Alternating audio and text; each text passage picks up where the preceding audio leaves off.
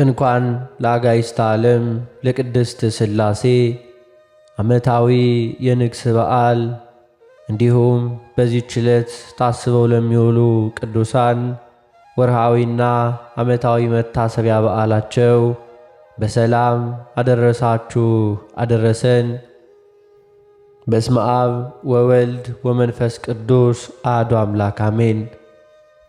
የተከበራችሁ የልዑል እግዚአብሔር ቤተሰቦች፣ የእናታችን የቅድስት ድንግል ማርያም የአስራት ያደራ ልጆች፣ የቅዱሳን መላእክት፣ የቅዱሳን ጻድቃን፣ የቅዱሳን ሰማዕታት ወዳጆች በልዑል እግዚአብሔር አምላካችን ፍጹም ሰላምታ እንደምን ቆያችሁ እያልን የአጋዕዝተ ዓለም የቅድስት ሥላሴን ወደ አብርሃም ቤት የገቡበትን በዓል ምንባብና እንደዚሁም የሰይፈ ሥላሴን ጸሎት እናሰማለን።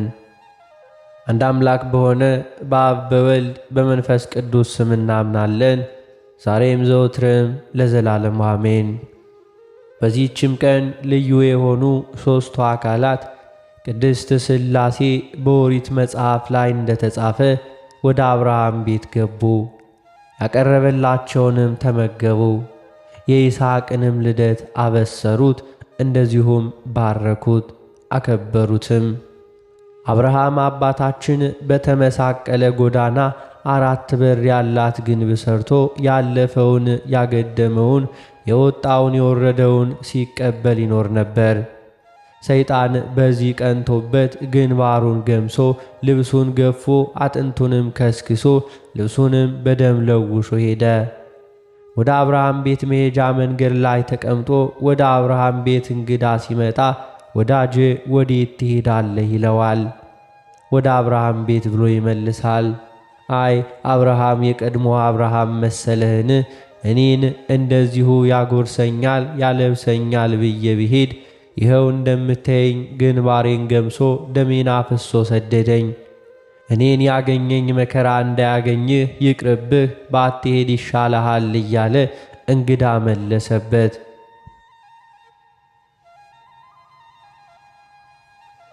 ከዚህ በኋላ አብርሃም ማዕደ እግዚአብሔር ያለ ምስክር እንዴት ይቀርባል ብሎ 3 ቀን ጾሙን አደረ።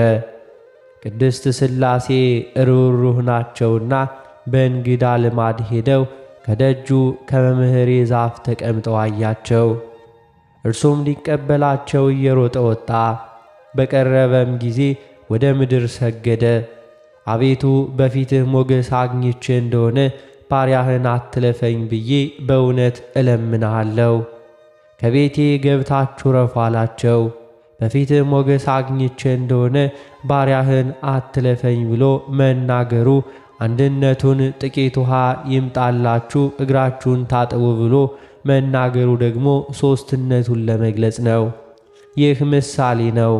ዛፏ የእመቤታችን ምሳሌ ናት።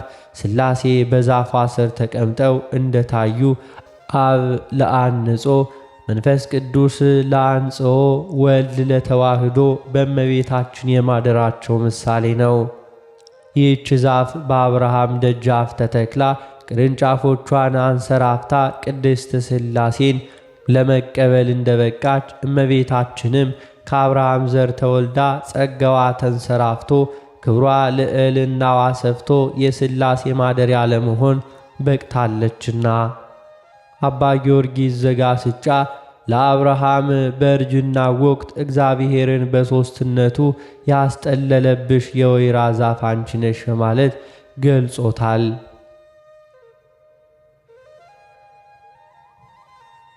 ቅድስት ሥላሴም አዝለህ አግባና አሉት።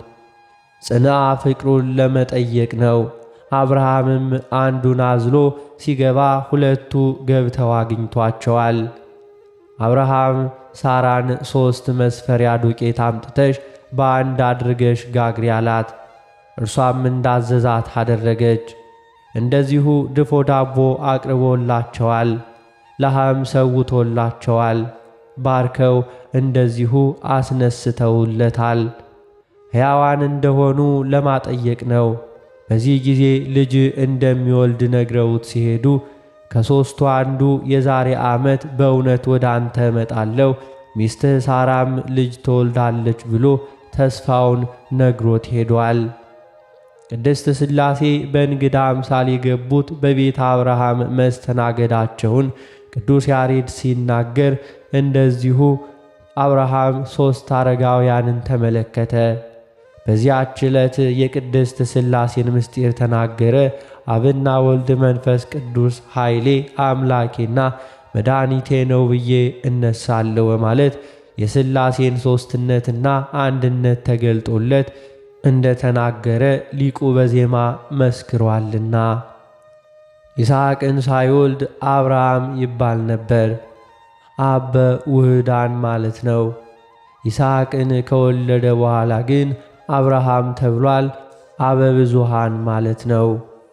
ባሕረ ጥበባት ቅዱስ ያሬድ እግዚአብሔር ለአብርሃም ምስጢር እንደገለጠለት ሲናገር አብርሃምን መረጠው ወዳጄም አለው፣ የተሰወሩ ምስጢራትን ሁሉ ገለጠለት። አብርሃም እንደ ፀሐይና እንደ ንጋት ኮከብ ብሩህ እንደሆነ በመንፈስ ቅዱስ ሁሉን ነገር ነገረው ሲል ዘምሯልና።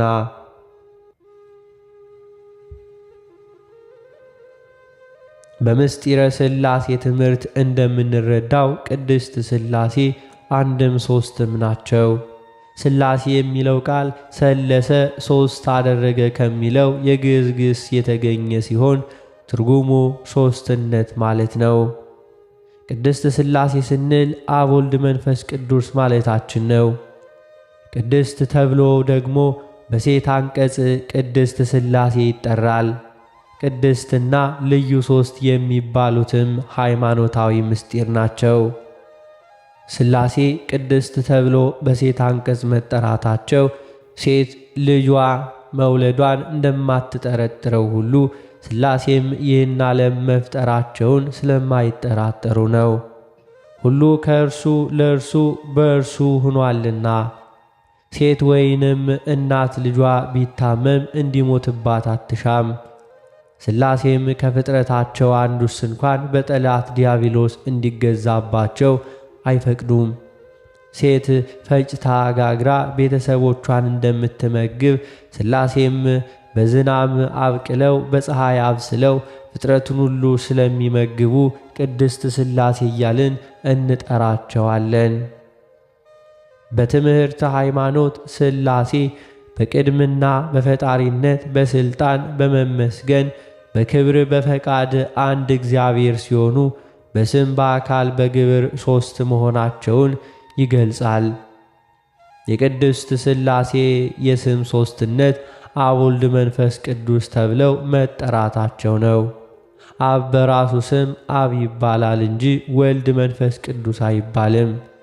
ወልድም ወልድ ይባላል እንጂ አብ ወይም መንፈስ ቅዱስ አይባልም። መንፈስ ቅዱስም መንፈስ ቅዱስ ይባላል እንጂ አብ ወይም ወልድ አይባልም። ስማቸውም ፈጽሞ የማይፋለስ ነውና።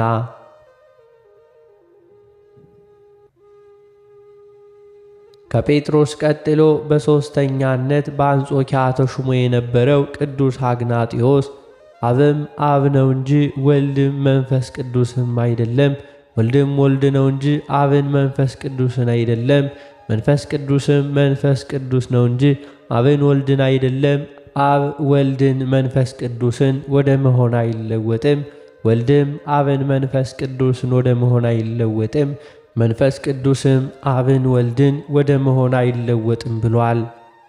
የቅድስት ሥላሴ ስማቸው ከአካላቸው አካላቸው ከስማቸው ሳይቀድም ቅድመ ዓለም የነበረ ስም ነው እንጂ ድኅረ ዘመን የተገኘ አይደለም። ቅድምናቸው ዘመኑን እንዲሁ ቢወስነው እንጂ ዘመኑ ቅድምናቸውን አይወስነውምና። ስለዚህ ሊቁ ቅዱስ ጎርጎርዮስ ገባሬ መንክራት አሁን ደግሞ አብ ወልድ መንፈስ ቅዱስ እንላለን፣ ግን አካላት ቀድመው ተገኝተው እሊህ ስሞች በኋላ የተጠሩባቸው አይደለም። ሰው ማለት ኋላ የወጣ ስም አይደለም፣ ባሕሪው ነው እንጂ። የቅድስት ሥላሴ አካላት ቀድሞ ስማቸው ከአካላቸው በኋላ የተገኘ አይደለም፣ ጥንት ሳይኖራቸው ዘመን ሳይቀድማቸው የነበሩ ናቸው እንጂ ብሎ ተናግሯልና። የቅድስት ሥላሴ የአካል ሦስትነት ደግሞ አብ ፍጹም አካል ፍጹም ገጽ ፍጹም መልክ አለው። ወልድም ፍጹም አካል ፍጹም ገጽ ፍጹም መልክ አለው። መንፈስ ቅዱስም ፍጹም አካል ፍጹም ገጽ ፍጹም መልክ አለው። ሊቁ አውሉዲስ ስለ ሥላሴ የአካል ሦስትነት ሲገልጽ እንደዚሁ ባሕርያቸው በእውነት አንድ ሲሆን በመልክ በአካል ፍጹማን እንደሆኑ ሦስት ገጽ እንደሆኑ በአብ በወልድ በመንፈስ ቅዱስ እናምናለን ብሏል።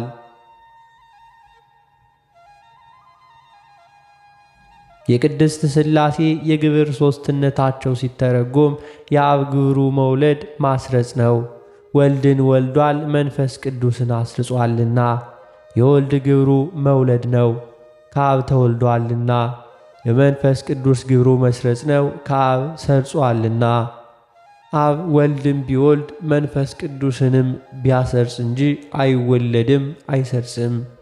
ወልድ ቢወለድ እንጂ አይወልድም አይሰርጽም አያሰርጽም።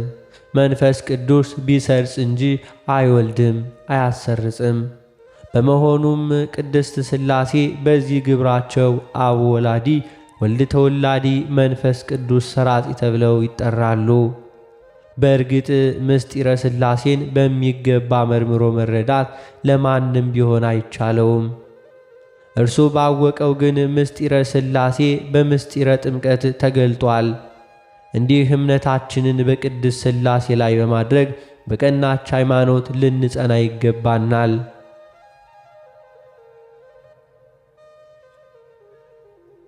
በማክሰኞ ዕለት የሚነበብ የሚጸለይ የሰይፈ ሥላሴ ጸሎቲ ነው። በስመ አብ ወወልድ ወመንፈስ ቅዱስ አሐዱ አምላክ አሜን። አንድ አምላክ በሚሆን በአብ በወልድ በመንፈስ ቅዱስ ስም በእውነት እናምናለን። አቤቱ በረከትን ስጠኝ፣ በዚች በተባረከች ዕለት የማቀርብልህን ጸሎት ስማኝ፣ ልመኔን ተቀበል፣ ኀጢአቴንም ይቅር በለኝ። አቤቱ ለሚበረታቱብኝ እጅ አሳልፈህ አትስጠኝ። የሰይጣንን ቃልና የባለሥልጣኖችን ቁጣ አታሳድርብኝ። የጎረቤትን ጥል ከእኔ አርቅልኝ፣ ሐዘንና ችግሬንም ከላይ አስወግድልኝ። አቤቱ ትእዛዝህን እፈጽም ዘንድ ዐይነ ልቦናዬን አብራልኝ። እንዲሁም መፍራትን በዚች በዛሬቱ ዕለት ፈጥነ ላክልኝ። ደጋጎች ወገኖችህን በቀንና በሌሊት እንደ ጠበቅሃቸው ሁሉ በደሌንና ኀጢአቴን ይቅር ትለኝ ዘንድ በእውነተኞች ወዳጆችህ አማላጅነት ስም እለምንሃለሁ። አቤቱ በፊተኛውም ሆነ በኋለኛው ኀጢአቴ ማረኝ፣ ይቅር በለኝ። ከምቀኛና ከተንኰለኛ እንዲሁም በእኔ ላይ ክፉ ለማድረግ ከሚፈልጉ ሁሉ ፈጽመህ አድነኝ። በአንተ እታመናለሁ፣ አቤቱ ከአንተ ሌላ አምላክ የለምና። አምላኬ ሆይ ስማኝ፣ ፈቃዴን ፈጽምልኝ። ወገኖችህ የጥምቀት ልጆችህንም ጠብቃቸው። ጥንት የሌለብህ ቀዳማዊ፣ ፍጻሜ የሌለብህ ዳህራዊ ሆይ አቤቱ በደሌን ታጠፋልኝ ዘንድ እለምንሃለሁ፣ እማልድሃለሁ። በአባቴና በእናቴ ላይ ፍጹም ርኅራኄ አድርገህ ከወገኖች ጋር በመንግሥተ ሰማያት አንድ ታደርጋቸው ዘንድ ኀጢአታቸውን ይቅር በላቸው። ኃይል፣ ምስጋና፣ ጌትነት፣ መንግሥት ያንተ ናትና።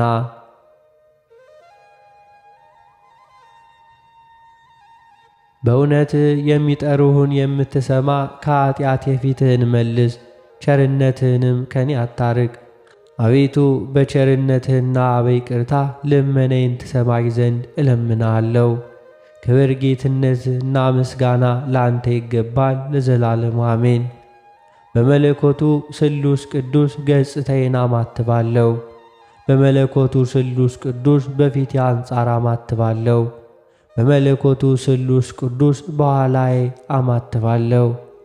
በመለኮቱ ስሉስ ቅዱስ ወደ ቀኝ አማትባለሁ። በመለኮቱ ስሉስ ቅዱስ ወደ ግራ አማትባለሁ። በመለኮቱ ስሉስ ቅዱስ በመላ ሰውነት ያማትባለሁ። ይልቁንም ኃጥእና በደለኛ የምሆን በዚህ ዓለም በሕይወት በምኖርበትና ከሞትኩም በኋላ በሚመጣው ዓለም እርኩሳን መናፍስት እንዳይቀርቡኝና እንዳይፈታተኑኝ እግሮቼንና እጆቼን መቀመጫና መቆሚያዬን መውጫና መግቢያዬን ሁሉ በመለኮተ ስሉስ ቅዱስ አማትባለሁ። አንድ ሲሆን ሦስት፣ ሦስት ሲሆን አንድ ለሚሆን ለአብ ለወልድ ለመንፈስ ቅዱስ አንዲት ስግደት ሰግዳለሁ። በዚህም ሥላሴ በገጽ ሦስት በመለኮት አንድ መሆናቸው ይታወቃል። በገጽ ሦስት ስለ መሆናቸው ሦስት በመለኮት ትክክል ስለ መሆናቸው አንድ ይባላል። ልዩ ሦስት የሚሆን አብ ወልድ መንፈስ ቅዱስ በአነዋወር ትክክል በመሆናቸው አንድ እግዚአብሔር እንላለን።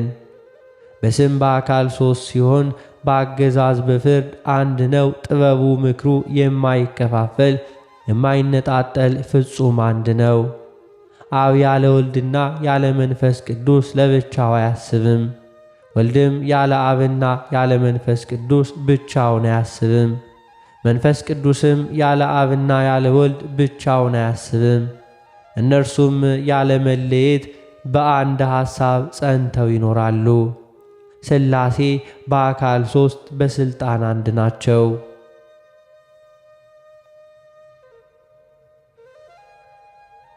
አብ በተለየ አካሉ ፍጹም ገጽ አለው።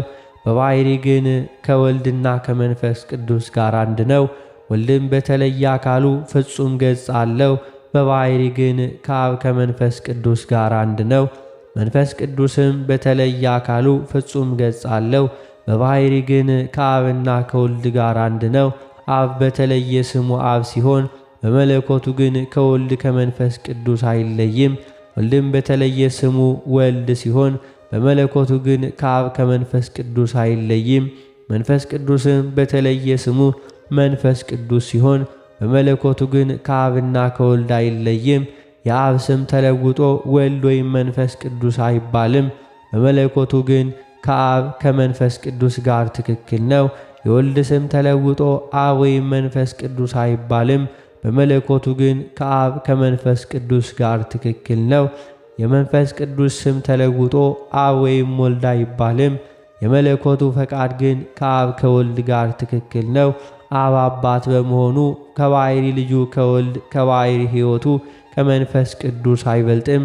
ወልድም ከአባቱ አያንስም። ከባሕሪ አባቱና ከባሕሪ ሕይወቱ ከመንፈስ ቅዱስ ጋር አንድ አነዋወር ነው እንጂ መንፈስ ቅዱስም ያለ መጉደልና ያለ መለዋወጥ ከአብና ከወልድ ጋር በምክርና በአነዋወር ትክክል ያለ መለየት በጥበብ አንድ ናቸው። በመንግሥት ትክክል በአካል በመለኮት አንድ ናቸው።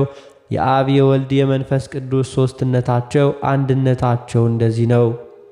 ሦስትነታቸው በትጉሃን መላእክት ምስጋና ይታወቃል። ኪሩቤልና ሱራፌል ሊቃናትም ቅድመ ዓለም የነበረ ዓለምን አሳልፎ የሚኖር የአማልክቶች አምላክ እርሱ እግዚአብሔር ቅዱስ ቅዱስ ቅዱስ ተብሎ መመስገን ይገባዋል እያሉ በአንድ ቃል ያመሰግኑታል።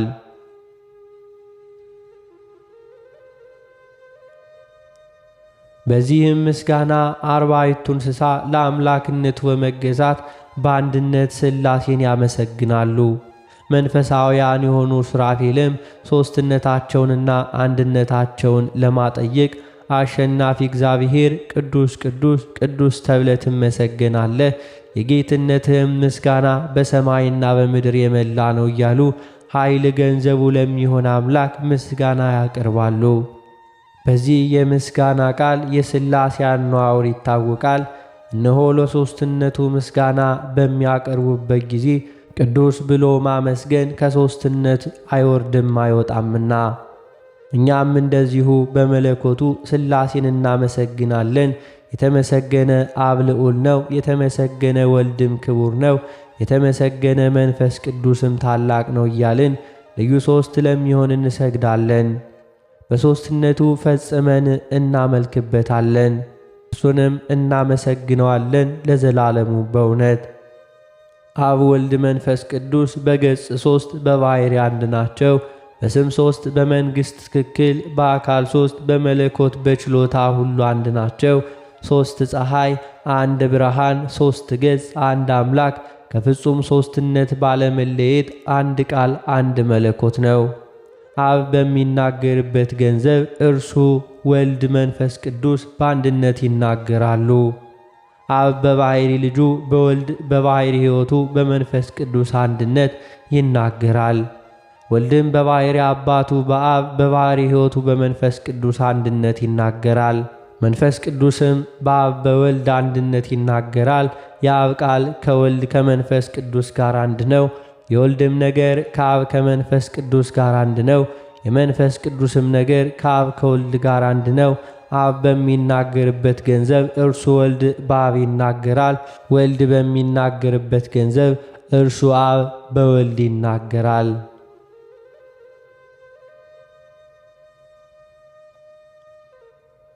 የመንፈስ ቅዱስ ነገር ከአብ ከወልድ ነገር ጋር አንድ ነው።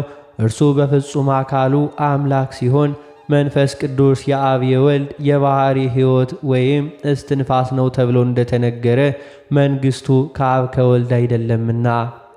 ወልድም እንዲሁ እንደ አብና እንደ መንፈስ ቅዱስ ፍጹም ገጽ ሲኖረው በመለኮቱ ግን ከአብ ከመንፈስ ቅዱስ ያለ መጉደል በአንድነታቸውና በሦስትነታቸው ጸንተው የነበሩ ናቸው።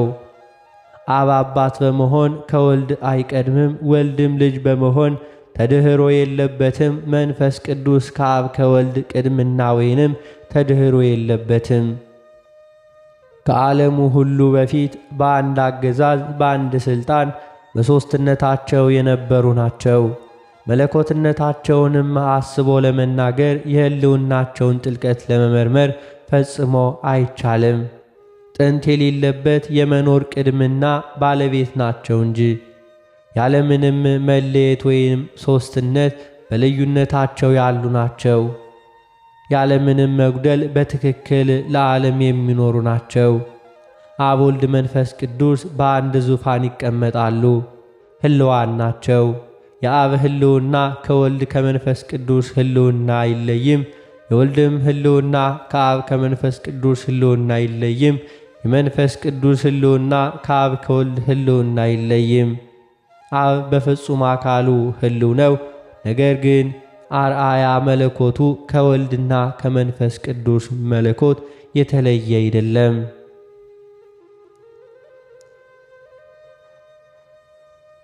ወልድም በፍጹም አካሉ ከአብ ቀኝ ሕልው ነው። ነገር ግን ስነ መለኮቱ ከአብ ከመንፈስ ቅዱስ ስነ መለኮት አይለወጥም። መንፈስ ቅዱስም በፍጹም አካሉ ከአብና ከወልድ ቀኝ ሕልው ነው። ነገር ግን ኅብረ መለኮቱ ከአብና ከወልድ ኅብረ መለኮት አይለይም። እንግዲህ ሥላሴ በአንድ የጌትነት ዙፋን አነዋወራቸው ነው። ነቢዩ እንደ ተናገረም እንዲህ ሲል እንደ መልከ ጼዴቅ ሥርዓት አንተ ለዘላለም ካህን ብሎ ጌታ ጌታዬን በቀኜ ተቀመጥ አለው። እነሆ ልዩ ሦስት የሚሆን የሥላሴን የአንድነት አነዋወር በየክፍሉ ተረዳን። በዚህ በቅድስት ሥላሴው አነዋወር እኔ አገልጋያችሁ ማጸናለሁ፣ ነፍስና ሥጋዬንም አማጽናለሁ። ልዩ ሦስት የሚሆን እርሱ የማይደርቅ የቸርነቱ ባሕር በየጊዜውና በየሰዓቱ ያጠምቀኝ ዘንድ ለዘላለሙ አሜን። ይቅርታቸውና ሀብተ ረድኤታቸው በወዳጆቻቸው በእኛ በሕዝበ ክርስቲያን ላይ ይሁንና የአብ የወልድ የመንፈስ ቅዱስ ታምራቸው ነው። የአብ የወልድ የመንፈስ ቅዱስን መታሰቢያ የምታደርግ ልጅ የሆነ አንድ ሕፃን ነበር። ከዕለታትም በአንድ ቀን ይህች ሴት ለሥላሴ መታሰቢያ እንጀራ የምትጋግርበት ደረቅ እንጨት ፈልጋ እንዲሁ ባጣች ጊዜ ያን ሕፃን ውድ ልጄ ሆይ ባደግህ ጊዜ የምትከፍለው ደረቅ እንጨት የሚሰጥ ሰው ፈልግ፣ እኔ እንጨት በመፈለግ ብዙ ደክሜ አጥቻለሁና አለችው። ሕፃኑም መልሶ መልካሟ እናቴ ሆይ ሁሉንም ነገር ተይው፣ ይቅር ብዙ አትድከሚ፣ ነገር ግን ጌቶቻችን ሥላሴ ያውቁልናል አላት። ይህንንም ከተባባሉ በኋላ ዳግመኛ እናቱን ጠራትና እስኪ ተነሽና የመጣልሽን ደስታ ተመልከች አላት።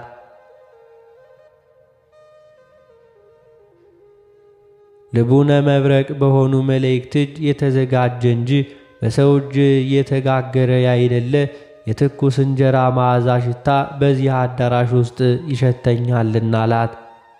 ይህንንም በሰማች ጊዜ ፈጥና ወደ ቤት ገባችና መዓዛው ወይም ሽታው የሰውን ልብ እጅግ አድርጎ የሚመስጥና የሚያስደስት እንጀራ በመሶብ በገበታ ተሰርቶ አገኘች። ሰውንም ከመዓዛው ጣፋጭነት የተነሳ በሽታው ብቻ እንደበሉ ሆነው ጠገቡ። በዚህም ጊዜ ዘመዶቿና ጎረቤቶቿን ጠርታ ወዳጆች ሆይ በቤቴ ውስጥ የሆነውን ማለት ሥላሴ ያደረጉትን ድንቅ ድንቅ ሥራ ኑና ተመልከቱ አለቻቸው። የሀገሩም ሰዎች ለደጋጎች ወዳጆች ሆኑ እሊህ ስሉስ ቅዱስ ያደረጉትን ድንቅ ሥራ ተመልክተው አደነቁ። በታላቅ ደስታም እየተደሰቱ በአንድነት ወደ አዳራሽ ገቡ። ከዚህም በኋላ የሀገሩ ሰዎች ሁሉ ስሉስ ቅዱስ ሰዶምና ገሞራን ያጠፋበትን ጥር 7 ቀን ምክንያት በማድረግ እንደዚች ሴት ሁሉ በየራሳቸው የአብ የወልድ የመንፈስ ቅዱስን መታሰቢያ ማድረግ ጀመሩ። እነሆ ነዳያንና ችግረኞችን እየጠሩ ከተዘጋጀው ምግብ አብልተው አጠገቧቸው። ወይንና ብርዝ አጠጥተው አረኳቸው። ወደ እነርሱ የመጡትን ሁሉ እንደዚሁ በእርጋታ እየጋበዙ አስደሰቷቸው። በየወሩ ሁሉ በየራሳቸውና በየግል ቤታቸው የአብ የወልድ የመንፈስ ቅዱስን በዓላቸውን መታሰቢያውን የሚያደርጉ ሆኑ። ይልቁንም በፍጹም ትጋት ይዘክሩ ጀመር። ይቅርታቸውና ሀብተ ረድኤታቸው ከወዳጆቻቸው ከእኛ ከሁላችን ሕዝበ ክርስቲያን ጋር ለዘላለሙ ይኑር አሜን።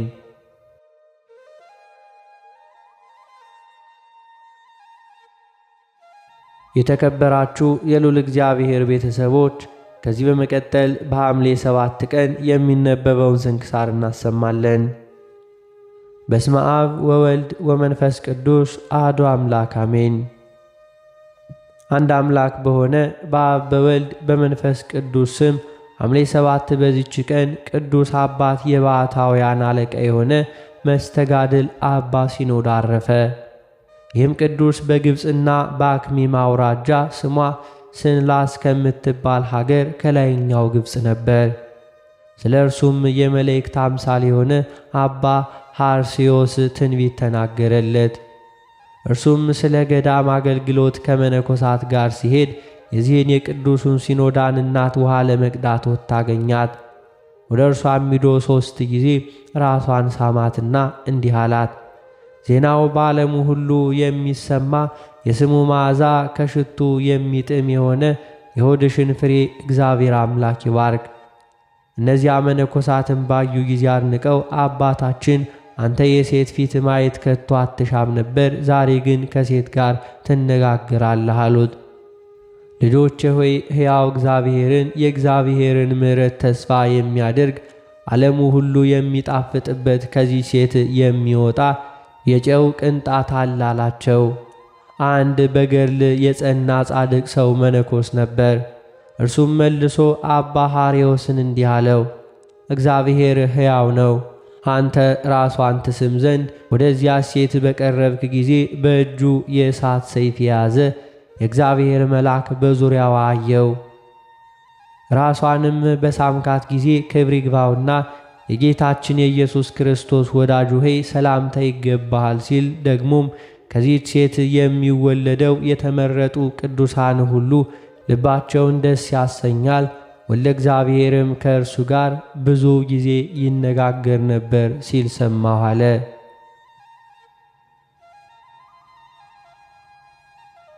በግንቦት 7 ቀን ይህ ቅዱስ አባ ሲኖዳ ተወለደ። ባደገም ጊዜ አባቱ በጎች ስለነበሩት ለልጁ ለሲኖዳ እንዲጠብቃቸው ሰጠው። ይህ ሲኖዳም ምሳውን ለእረኞች ሰጥቶ እስከ ማታ ድረስ ይጾም ነበር። በሌሊትም ከውሃ አዘቅት ውስጥ ወርዶ በዚያ ቆሞ እስቲነጋ ድረስ ሲጸልይ ያድር ነበር። በክረምትም ሆነ በቀትር ሰዓት እንዲሁ ያደርግ ነበር። አባቱም የሲኖዳ እናት ወንድም ወደ ሆነው ወደ አባ አብጎል እጁን በላዩ ጭኖ ይባርከው ዘንድ ወሰደው። አባ አብጎልም ባየው ጊዜ የሕፃኑን እጅ አንስቶ በራሱ ላይ አድርጎ ሲኖዳ ሆይ ባርከኝ፣ ለብዙ ሕዝብ ታላቅ አባት ትሆን ዘንድ የሚገባ ሆናልና አለው። አባቱም በአባ አብጎል ዘንድ ተወው። ከዕለታት በአንዲቱ ቀን አባ አብጎል እንዲህ የሚል ቃል ከሰማይ ሰማ። እነሆ ሲኖዳ ለዓለሙ ሁሉ አርሲ መትሪዳ የባሕታውያን አለቃ ሆኖ ተሾመ። ይህም ሲኖዳ ለዓለሙ ሁሉ ብርሃን እስከሚሆን በበጎ አምሳል ያለማቋረጥ በጾምና በጸሎት በስግደትና በመትጋት ታላቅ ተጋድሎን መጋደል ጀመረ። ከዚህም በኋላ በአንዲት ቀን ለአባ አብጎል የእግዚአብሔር መልአክ ተገለጠለትና የኤልያስን አስኬማ የሰለስቱ ደቂቅን ቆብና የመጥምቁ ዮሐንስን ቅናት አመጣለት። እንዲህም አለው፣ እንድትጸልይና የምንኩስና ልብስ ለሲኖዳ እንድታለብሰው እግዚአብሔር አዞሃል። ያን ጊዜ አባ አብጎል ተነስቶ ጸለየ፣ የምንኩስና ልብስን አለበሰው።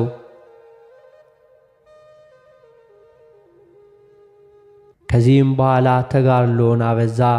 ለመነኮሳት፣ ለመኳንንት፣ ለሕዝባውያንና ለሴቶች ለሰዎች ሁሉ መመሪያ የሚሆን ሥርዓትን ሠራ። በኤፌሶንም የ200 ኤጲስቆጶሳት ጉባኤ ስለ ከሃዲው ንስጥሮስ በተደረገ ጊዜ የማኅበሩ አባት ከሊቀ ጳጳሳት ቄርሎስ ጋር ወደ ጉባኤው ሄደ። ንስጥሮስም በክህደቱ ባልተመለሰ ጊዜ አውግዞ ለይቶ አሳደዱት። ከዚህ በኋላ ወደ አገራቸው በመመለሳቸው ጊዜ መርከበኞች ከሊቀ ጳጳሳቱ ጋር አትሳፈርም ብለው አባ ሲኖዳን ከለከሉት። እርሱም ወደ እግዚአብሔር አምላክ በጸሎት ማለደ። ወዲያውኑም ደመና መታ ተሸከመችውና አባ ቄርሎስ በመርከቡ ውስጥ እያለ በላዩ በአንጻሩ አደረሰችው። አባቴ ሆይ ሰላም ላንተ፣ ካንተ ጋር ላሉትም ይህን ብሎ ሰላምታን አቀረበ። በመርከብ ያሉት ሁሉ ላንተም ሰላም ይሁን፣ በጸሎትህ አትርሳን አሉት። እጅግም አደነቁ። ለሚፈሩትም ይህን ያህል ጸጋ የሚሰጥ እግዚአብሔርንም አመሰገኑ። ወደ ገዳሙም ደርሶ ከልጆቹ መነኮሳት ጋር የመንፈቀ ሌሊትን ጸሎት አደረገ።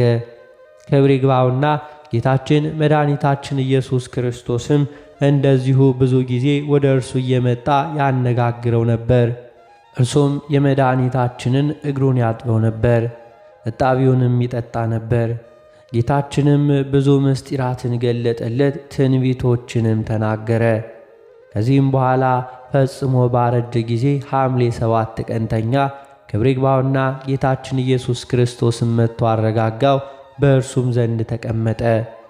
ብፁዕ አባ ሲኖዳም ጌታችንን እንዲህ አለው፣ ጌታዬ ፈጣሪዬ ልዩ ሦስትነትህንና ጌትነትህን ስለሚነቅፉ ከሃዲያን ወደ ጉባኤው ሄድ ዘንድ እንዲጠሩኝ ሊቀ ጳጳሳቱ ወደ እኔ ልኳልና እንደ ቀድመው ታጸናኛለ።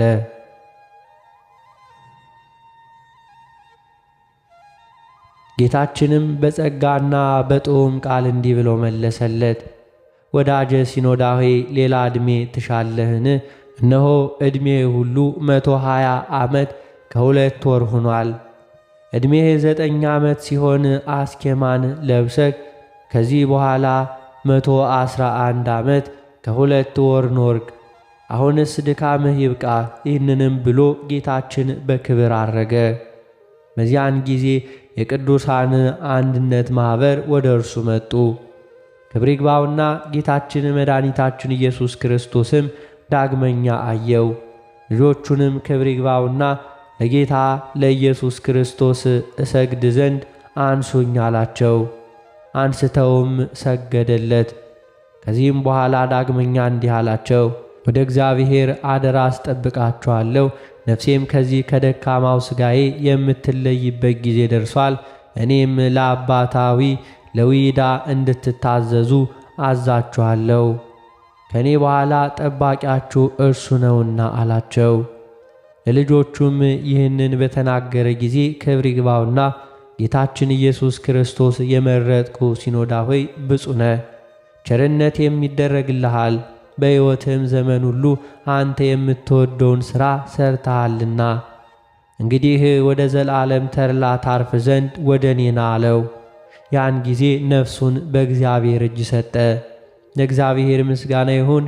እኛንም በዚህ ጻድቅ ጸሎት ይማረን፣ በረከቱም ከእኛ ጋር ትኑር ለዘላለም አሜን።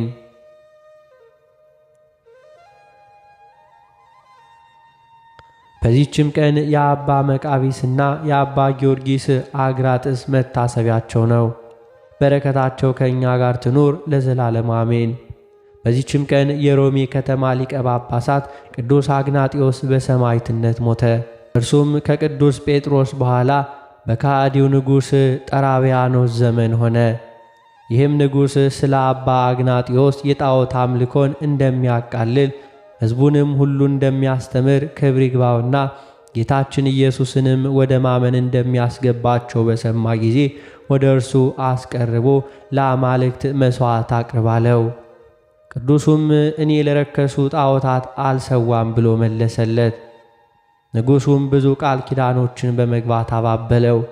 ባልተቀበለውም ጊዜ ለአንበሳ ሰጠውና ያን ጊዜ ቅዱስ አግናጢዮስ በቀናች ሃይማኖት እንዲጸኑ ሕዝቡን አዘዛቸው። ከዚህም በኋላ አንዱ አንበሳ ቀርቦ አንገቱን ያዘው። ያን ጊዜም ክብር ይግባውና በጌታችን እጅ ነፍሱን ሰጠ። ከዚህም በኋላ የአንበሳ ወደ ሥጋው አልቀረበም። ምዕመናንም መጥተው ሥጋውን ወሰዱ፣ በመልካም ቦታም አኖሩት። ለእግዚአብሔር ምስጋና ይሁን። እኛንም በዚህ አባት ጸሎት ይማረን ለዘላለሙ አሜን። በዚህችም ቀን ልዩ የሆኑ ሦስቱ አካላት በኦሪት መጻሕፍት እንደተጻፈ ወደ አብርሃም ቤት ገቡ። ያቀረበላቸውንም ተመገቡ። የይስሐቅንም ልደት አበሰሩት፣ ባረኩት፣ አከበሩትም። ለእግዚአብሔር ምስጋና ይሁን። እኛንም በአባታችን በአብርሃም ጸሎት ይማረን፣ በረከቱም ከእኛ ጋር ትኑር ለዘላለሙ አሜን።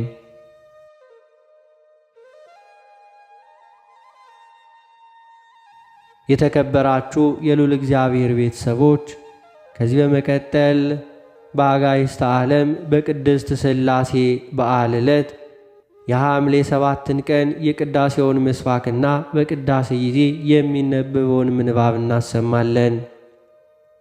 መዝሙር 27 ቁጥር 7 አቤቱ ወደ አንተ የጮኽሁትን ቃሌን ስማኝ፣ ማረኝና አድምጠኝ፣ አንተ ፊቴን እሹት ባልክ ጊዜ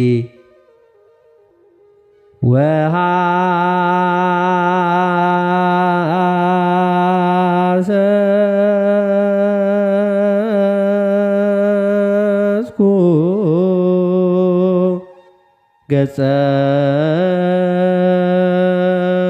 ገጸከ ገጸ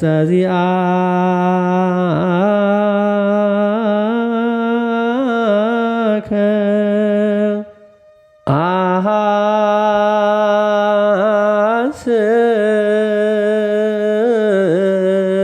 አሐስስ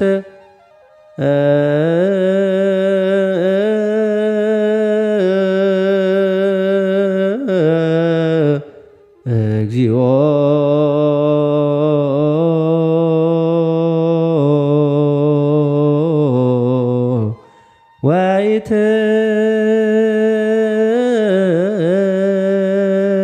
ወይትሚጥ ገጸከ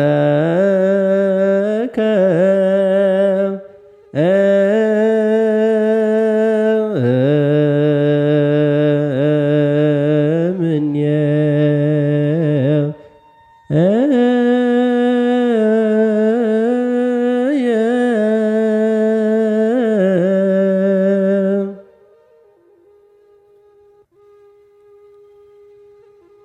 በአጋዕዝተ ዓለም በቅድስት ሥላሴ በዓል ዕለት በሐምሌ 7 ቀን በቅዳሴ ጊዜ የሚነበብ የመጀመሪያው ምንባብ የሐዋርያው የቅዱስ ጳውሎስ መልእክት ወደ ሮሜ ሰዎች ምዕራፍ 9 ቁጥር 1 እስከ ቁጥር 17። ቃሉም እንዲህ ይላል። ብዙ ሐዘን የማያቋርጥም ጭንቀት በልቤ ያለብኝ ስል በክርስቶስ ሆኜ በእውነት እናገራለሁ፣ አልዋሽምም። ሕሊናዬም በመንፈስ ቅዱስ ይመሰክርልኛል። በሥጋ ዘመዶቼ ስለሆኑ ስለ ወንድሞቼ ከክርስቶስ ተለይቼ እኔ ራሴ የተረገምሁ እንድሆን እጸልይ ነበርና እነርሱ እስራኤላውያን ናቸውና ልጅነትና ክብር ኪዳንም የሕግም መሰጠት የመቅደስም ሥርዓት የተስፋውም ቃላት ለእነርሱ ናቸውና አባቶችም ለእነርሱ ናቸውና ከእነርሱም ክርስቶስ በሥጋ መጣ። እርሱም ከሁሉ በላይ ሆኖ ለዘላለም የተባረከ አምላክ ነው፣ አሜን። ነገር ግን የእግዚአብሔር ቃል የተሻረ አይደለም። እነዚህ ከእስራኤል የሚወለዱ ሁሉ እስራኤል አይደሉምና የአብርሃም ዘር ስለሆኑ ሁላቸው ልጆች አይደሉም። ነገር ግን በይስሐቅ ዘር ይጠራልሃል ተባለ። ይህም የተስፋ ቃል ልጆች ዘር ሆነው ይቆጠራሉ እንጂ እነዚህ የሥጋ ልጆች የሆኑ የእግዚአብሔር ልጆች አይደሉም ማለት ነው። ይህ በዚህ ጊዜ እመጣለሁ ለሳራም ልጅ ይሆንላታል የሚል የተስፋ ቃል ነው።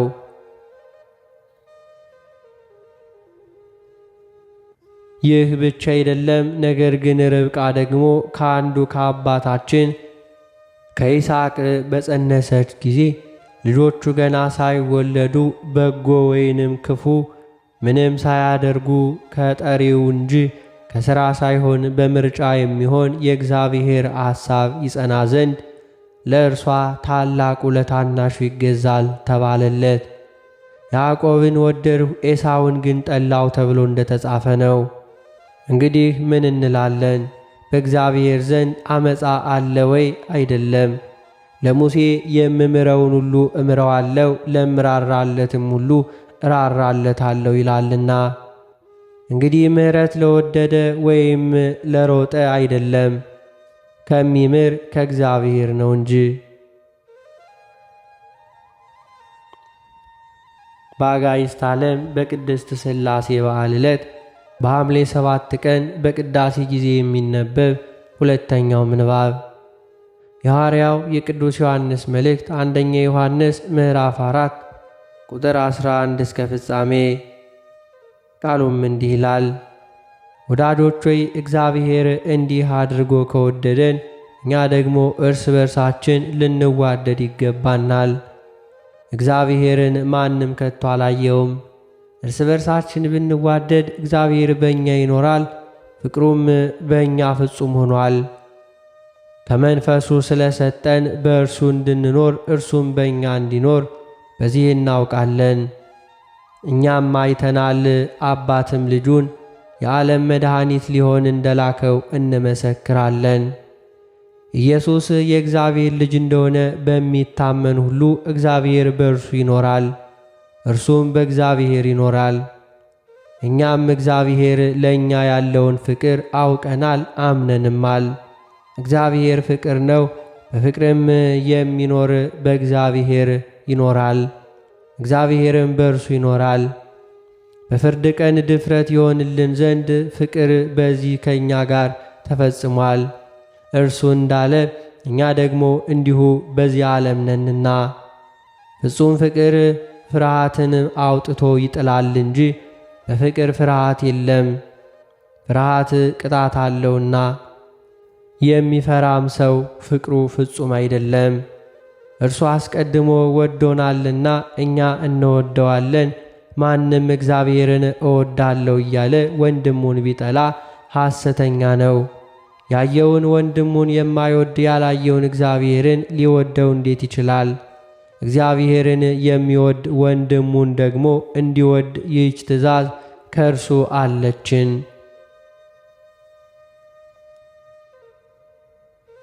በአጋዕዝተ ዓለም በቅድስት ሥላሴ በዓል ዕለት በሐምሌ 7 ቀን በቅዳሴ ጊዜ የሚነበብ ሦስተኛው ምንባብ የሐዋርያት ሥራ ምዕራፍ 11 ቁጥር 11 እስከ ቁጥር 19።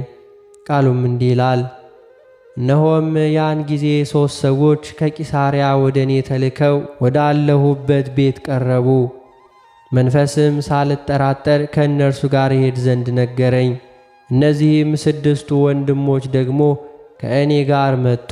ወደዚያ ሰውም ቤት ገባን። እርሱም መልአክ በቤቱ ቁሞ እንዳየና ወደ ኢዮጴ ሰዎች ልከህ ጴጥሮስ የተባለውን ስምዖንን አስመጣ፣ እርሱም አንተና የቤት ሰዎች ሁሉ የምትድኑበትን ነገር ይነግርሃል እንዳለው ንገረን። ለመናገርም በጀመርኩ ጊዜ መንፈስ ቅዱስ ለእኛ ደግሞ በመጀመሪያ እንደወረደ ለእነርሱ ወረደላቸው። ዮሐንስ በውሃ ጠመቀ፣ እናንተ ግን በመንፈስ ቅዱስ ትጠመቃላችሁ ያለውም የጌታ ቃል ትዝ አለኝ። እንግዲህ እግዚአብሔር በጌታ በኢየሱስ ክርስቶስ ላመነው ለእኛ ደግሞ እንደ ሰጠን ያን ስጦታ ለእነርሱ ከሰጠን እግዚአብሔርን ለመከልከል እችል ዘንድ እኔ ማን ነበሩ? ይህን በሰሙ ጊዜ ገና ዝም አሉ። እንኪያስ እግዚአብሔር ለአሕዛብ ደግሞ ለሕይወት የሚሆን ንስሐ ሰጣቸው እያሉ እግዚአብሔርን አከበሩ።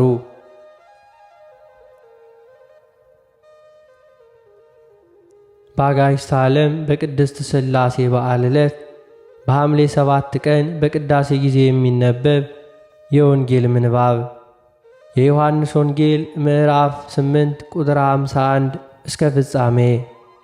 ቃሉም እንዲህ ይላል። እውነት እውነት እላችኋለሁ ቃሌን የሚጠብቅ ቢኖር ለዘላለም ሞትን አያይም። አይሁድ ጋኔን እንዳለብህ አሁን አወቅን፣ አብርሃምስ እንኳ ሞተ፣ ነቢያትም አንተን ቃሌን የሚጠብቅ ቢኖር ለዘላለም ሞትን አያይም ትላለህ። በውኑ አንተ ከሞተው ከአባታችን ከአብርሃም ትበልጣለህን? ነቢያትም ሞቱ፣ ራስህን ማንን ታደርጋለህ አሉት። ኢየሱስም መለሰ አለም፣ እኔ ራሴን ባከብር ክብሬ ከንቱ ነው። የሚያከብረኝ እናንተ አምላካችን የምትሉት አባቴ ነው። አላወቃችሁትምም፣ እኔ ግን አውቀዋለሁ። አላውቀውም ብል እንደናንተ ሐሰተኛ በሆንሁ፣ ዳሩ ግን አውቀዋለሁ፣ ቃሌንም እጠብቃለሁ። አባታችሁ አብርሃም ቀኔን ያይ ዘንድ ሐሴት አደረገ፣ አየም ደስ አለው። አይሁድም ገና 50 ዓመት ያልሆነ አብርሃምን አይተሃልን አሉት። ኢየሱስም እውነት እውነት እላችኋለሁ አብርሃም ሳይወለድ እኔ አለሁ አላቸው። ስለዚህ ሊወግሩት ድንጋይ ያነሱ። ኢየሱስ ግን ተሰወራቸው፣ ከመቅደስም ወጥቶ በመካከላቸው አልፎ ሄደ። ስለ ቃሉ የጌታችን የአምላካችን የመድኃኒታችን የኢየሱስ ክርስቶስ ስሙ የከበረና የተመሰገነ ይሁንልን።